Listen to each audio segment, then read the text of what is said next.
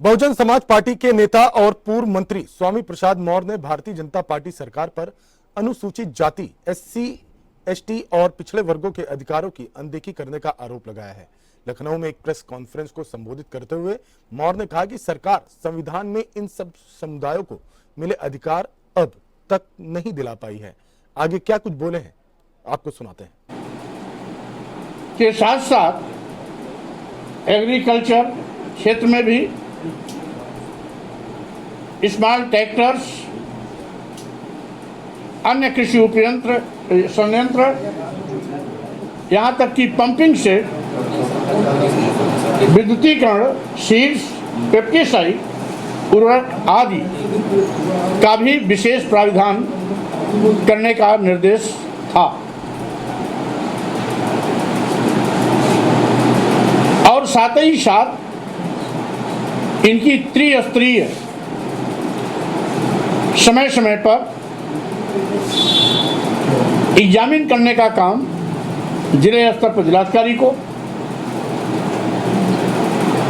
प्रदेश स्तर पर विभागीय मंत्री के नेतृत्व में गठित कमेटी को, जिले में जिलाधिकारी के नेतृत्व में गठित कमेटी को और विकास खंड में बीडीओ के नेतृत्व में गठित कमेटी को एक जांच समिति बनाई, यानी त्रिस्तरीय जांच समिति के माध्यम से समय समय पर इसके पर्यवेक्षण के कार्य सुनिश्चित किए जाने की व्यवस्था दी गई, जिसके क्रम में अंबेडकर नगर, कन्नौज, जालौन और सहारनपुर में स्पेशल कंपोनेंट के द्वारा दिए गए धन से मेडिकल कॉलेजों का निर्माण हुआ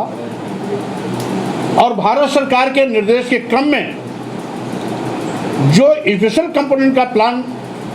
के धन से आवंटित धन से निर्माण हुआ विद्यालय मेडिकल कॉलेज, उसमें 70% आरक्षण अनुसूचित जाति, अनुसूचित जनजाति के बच्चों को किया गया, क्योंकि वो धन ही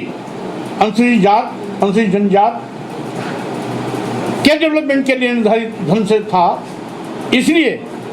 स्पेशल कंपोनेंट प्लान योजना के तहत बने हुए मेडिकल कॉलेजों में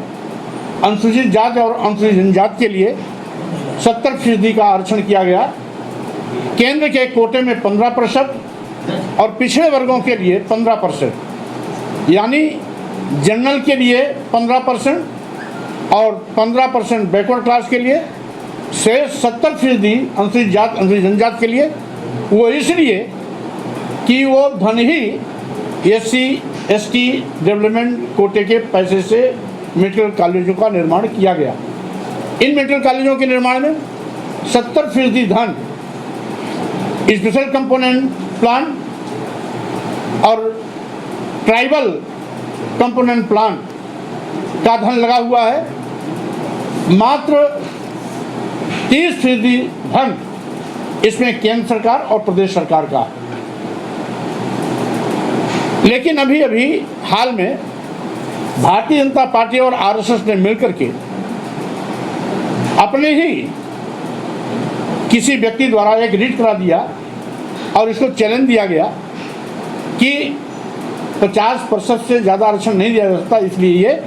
वैध नहीं है। जबकि ईडब्ल्यूएस को 10% आरक्षण दिया गया, अगर वो वैध है तो पूर्व से दिया गया आरक्षण ये अवैध कैसे?